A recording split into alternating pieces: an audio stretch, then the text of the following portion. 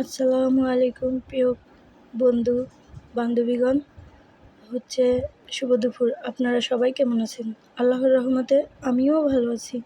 তো আমি আজকে খুব অল্প সময়ে অল্প উপকরণে মুরগি একটা ঝাল রোস্ট করব। তার জন্য আমি অনেকগুলো পেঁয়াজ আগে কেটে নিয়েছিলাম, ওগুলো ভেজে নিয়েছি। এখন আমি টক দই আর সব প্রকার গুঁড়ো মশলা আমি দিয়েছি, আদা রসুন সব দিয়েছি। এখন আমি টক দইটা দেখেন, আমি 3 টুকরা গোস্ত নিয়েছি মাংস মুরগির।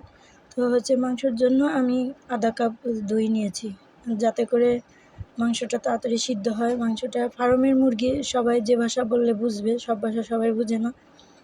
আমাদের গোপালগঞ্জের আঞ্চলিক ভাষায় কথা বলি আমি, হয়তো মানুষের বুঝতে কষ্ট হয়।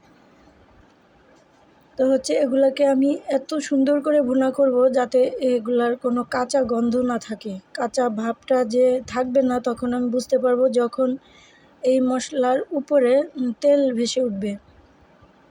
মুরগির মাংসটা এটাকে আমি ভালো করে উল্টে ভেজে নিয়েছি, বেশি তেল দিয়ে একটু ভেজে নিয়েছি, কারণ এটা মাখা মাখা হয়ে গেলে খেতে অভুক্তি লাগে, খাওয়া যায় না। মুরগির মাংস খেলে অনেক সময় রুচি নষ্ট হয়ে যায়। মানুষ রান্না করে, সবাই এর থেকেও ভালো পারে, ওর থেকেও ভালো পারে, সবাই ভালো পারে। আমি অতটা ভালো পারি না, তবুও যতটা পারি আমি ততটাই আপনাদের সামনে দেখানোর চেষ্টা করি।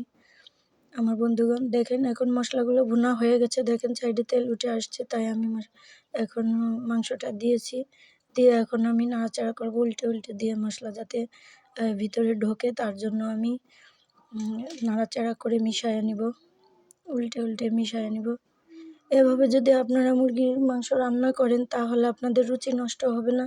এক টুকরোর জায়গায় আপনারা 2-3 টুকরা করে খেতে পারবেন। অনেক সময় দেখা যায় মুরগির মাংস ভাজে না, আমাদের দেশের বাড়িতে দেখি অনেক মানুষই ভাজে না, আলু কতগুলো দিয়ে দেয়। মুরগির মাংস যতটুকু, আলুও দিচ্ছে ততটুকু।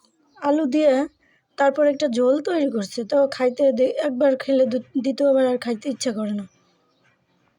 ওই যে আমার আব্বু মারা গেছে, তো তখন আমার পড়শি ভাই ব্রাদার যারা আছে পাশের বাড়ি, সবাই দেখলাম মুরগি রান্না করে নিয়ে এসছে। ওটা বললে গিবত হবে, বলতে চাই না, তো ওটা বিপদে পড়ে খেয়েছিলাম। আমি ওরকম রান্না খাই না।